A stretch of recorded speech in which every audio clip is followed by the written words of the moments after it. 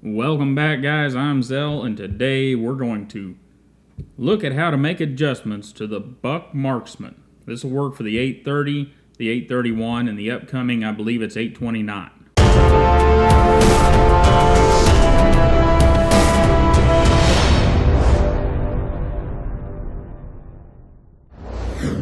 Alright, so we know that the Buck Marksman has this G&G SLS lock. It's kind of an interesting lock. As many of you know, I rather love it. I have 3 of these Buck Marksmen right now, 2 of the 830s and 1 of the 831s. And because we're going to be taking one of these apart and doing a whole bunch of stuff to it, we probably ought to learn how to adjust it. And not only that, as I've found in working with these knives, whenever you buy one from Buck, they're not adjusted very well. And yes, that's picking on Buck, because if they're going to sell a knife with a lock system like this, as you know, if you're watching this video, you need to know how to adjust it, or they need to have it adjusted properly. They do not provide the tools for you. They do not provide you any instruction in the box on how to adjust this knife.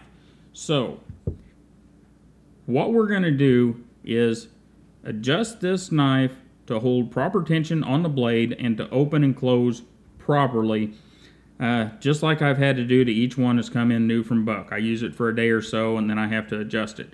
So anyhow, if you don't know how the lock system works, you have this hook right here on the tang of the blade, or right at the back of the spine, that goes up under that little bottle opener looking contraption and hooks in. Now, whenever it's working right, you should see some airspace. See if we can lay a delic under there so we can see some of that orange through there. Yeah, see, we can see the airspace through there. And that doesn't have to be that much airspace, but there should be some. So how do we achieve that? Well, we have to have some tools, and what I bought, because I don't have marked Allen wrenches, I've got a whole drawer full of them, but none of them are marked for proper size. So to do this video, I went I went to Lowe's and Home Depot both, and ended up buying at Home Depot, Husky brand. And it's about 20 bucks to get this full set, and it's a pretty nice little set. And what we need out of this is the 0.05 and the 1/16. And we'll see what we're going to use those for in just a moment. So grab the 1/16 out and the 0.05. And if you had to stop there to run to Home Depot or Lowe's or your local Harbor Freight, that's fine. And the first thing we've got to do is loosen these 2 screws here on this back strap, or lock bar.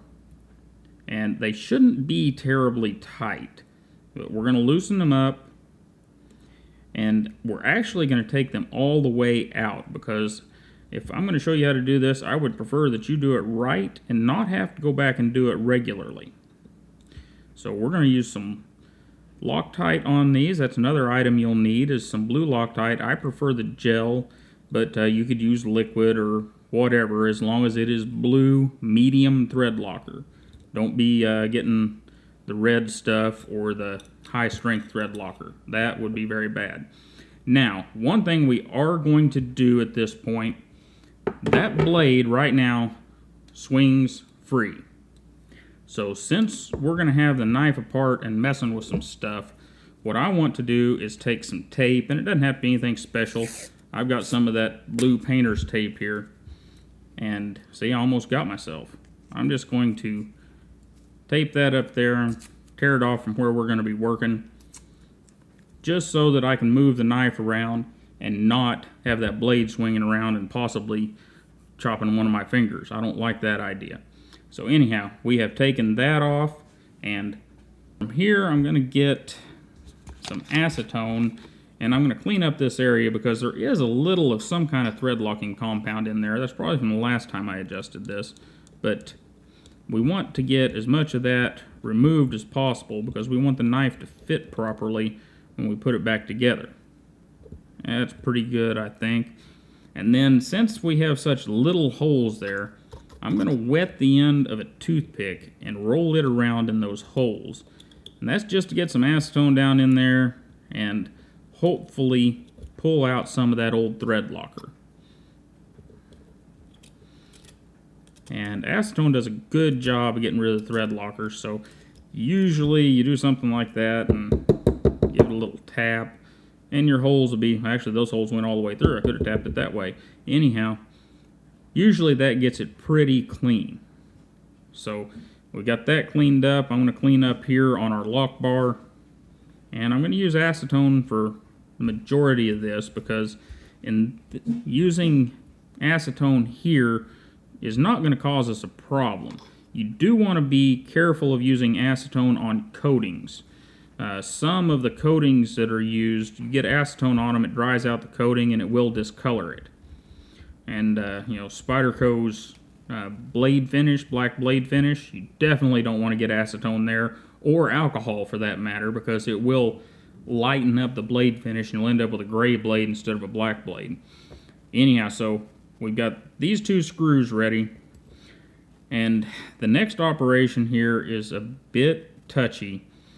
We've got to use this 0.05. It goes in this hole back here. We have this hole here, and this is our adjustment hole. That moves this piece back and forth, which of course makes tension on our lock bar.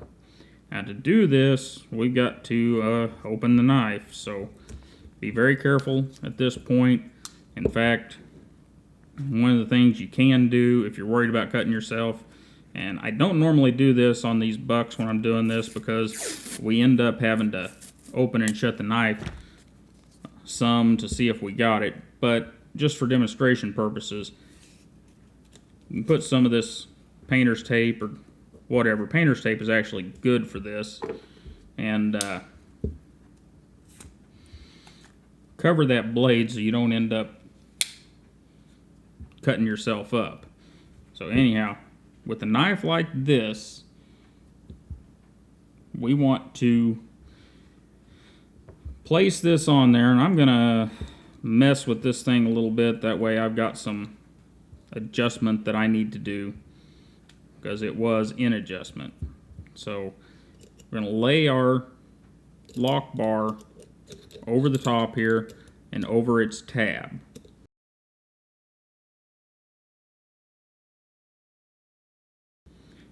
And you know, it's holding it, but it's loose. So next thing we need to do is put our screws back in. If your screws, like these, have some little bits of white or gray or some other color other than metal on them, you've probably got some loctite on them or some sort of thread locking compound, and you need to get that off. To do that, there's lots of different ways. One of the easier ways is to use microfiber towel, get some acetone on it, and then wrap it around that screw. And in this case, I'm going to, such a small screw, I'm going to stick that Allen wrench in there and just twirl that screw around inside the acetone and the microfiber, and we end up with a nice pretty clean screw. I'll take care of the other one and then we'll move along. Alright, at this point I'm going to put the screws back in, and yeah, I know I said we were going to Loctite it, and you could Loctite it at this juncture, put some Loctite on the screws, but I kind of prefer not to. But get those in there to where they're not snug, just down there close. And part of the reason here is to hold this thing in place, hold this lock bar in place while we're messing with the tension, because we really don't want it running all over the place. So to set our tension, we want this centered up with this hook right in the middle of it as best we can. Don't forget to cap off your acetone so that you don't whack it and knock it over on you. Slide your 0.05 down in here and turn that thing till you start to get some tension. I'm starting to get some tension there, fairly snug. Give it just a little more. And go ahead and hold the end of your lock bar as centered up as you can over this little hook, and go ahead and snug these down. Don't gorilla torque them or anything, just snug them down for now, because we want to see how the action works. Okay. Now we want to unlock the knife, close it, flip it open. I was able to flip it open with the tape on it. That's kind of nice. And first thing we want to do is look there. We have a little bit of air gap, so we're good there. Then we want to check our side to side and up and down play. Side to side and up and down play, good. Then we want to check lifting of the lock bar. If we can't lift the lock bar somewhat easily, then we tightened it up too much. You're going to want to put it in your hand, put some pressure on that lock bar like you're cutting something, and then check and see if that lock bar comes up again. Now, we have done it, and we have got it right on the first try, which is amazing. If you did not get it right on the first try, you simply go back here and loosen or tighten until you get that kind of action. If it's too tight, if the lock bar won't come up, loosen it up just a smidge. If it's too loose and the blade has play side to side, this way or this way, then you need to tighten it up a bit and make sure you have that little bit of air gap. And that's about as complicated as it gets. Now from here, this is stuff I'm going to do that's not necessary, but I highly suggest you do to your Buck Marksman. Now that we've got it and we know that we have tension set where we want, I'm going to take these two screws out one at a time, pull the screw out, and then I'm going to get our blue thread locker. I'm going to stress that again, we want to use blue. And I'm going to throw a skewer around, or a toothpick, and I'm going to get a little bit of that thread locker on the end of my toothpick. And there are probably better ways to do this, but this is the way I was always taught. And I'm just going to make sure that I've got a little bit of that gel. And people will tell you don't need very much. And they're probably right.